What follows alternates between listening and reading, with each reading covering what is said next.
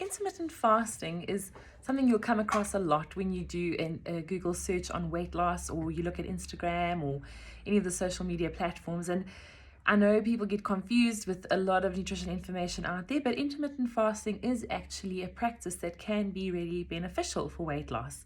There are different types of intermittent fasting. You get the 8-16 fasting, where you eat for 8 hours but you fast for 16 hours. You can get the 12-hour fast and 12-hour eat, where you do an overnight fast that links with circadian rhythms or sleep cycles. And then you also get the 5-2 intermittent fasting, where you eat your sort of normal diet for 5 days of the week, but for 2 days of the week you really have it's not that you don't eat at all, but you're on a very low calorie diet, like maybe even 500 kilocalories for 2 days of the week. So there are different types of intermittent fasting. Something you've got to understand about intermittent fasting is you can't fast and then eat whatever you like and go, well, I fasted and the benefits of that would somehow magically wipe out poor food choices. So that doesn't work. And we see that through religious fasting. When people, for example, have Ramadan, they fast, but then they potentially break fast with unhealthier foods. And we don't actually see health benefits in those sort of scenarios where poor quality food choices are included as part of a fasting practice. So if we look at the literature on intermittent fasting, I looked at 2 systematic reviews that were published now in 2020.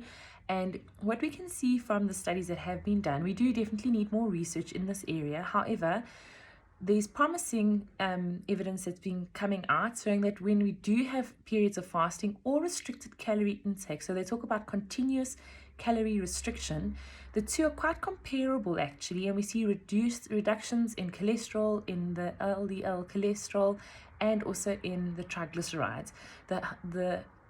The good cholesterol, the HDL, does not really get impacted by intermittent fasting so far. What we also know is that if we compare intermittent fasting with continuous energy restriction, there are not major significant weight differences in the 2 regimens. So you can still eat your food as long as you're getting a calorie deficit, you'll get similar results.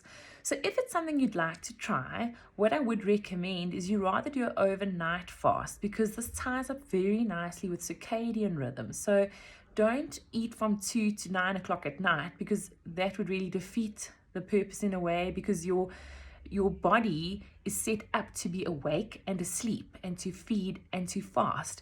And at about 9 o'clock at night already, our body starts secreting melatonin, which actually helps us to fall asleep. And this has it sort of blocks insulin in a way, which means if you're eating a donut at 9 o'clock at night, you're getting a far higher glucose response in a way, because the insulin is stunted by the melatonin. So if you want to do intermittent fasting, try have a really early dinner. Let's say you eat dinner by 6 and you don't eat then after 6 o'clock till the next morning at 6 o'clock, which would mean you would have a 12-hour fast, but you'd still eat all the good nutritious food during the day.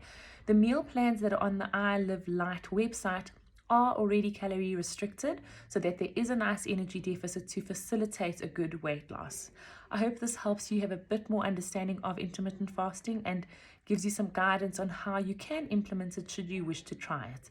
You obviously need to speak to your healthcare practitioner if you have any questions or concerns.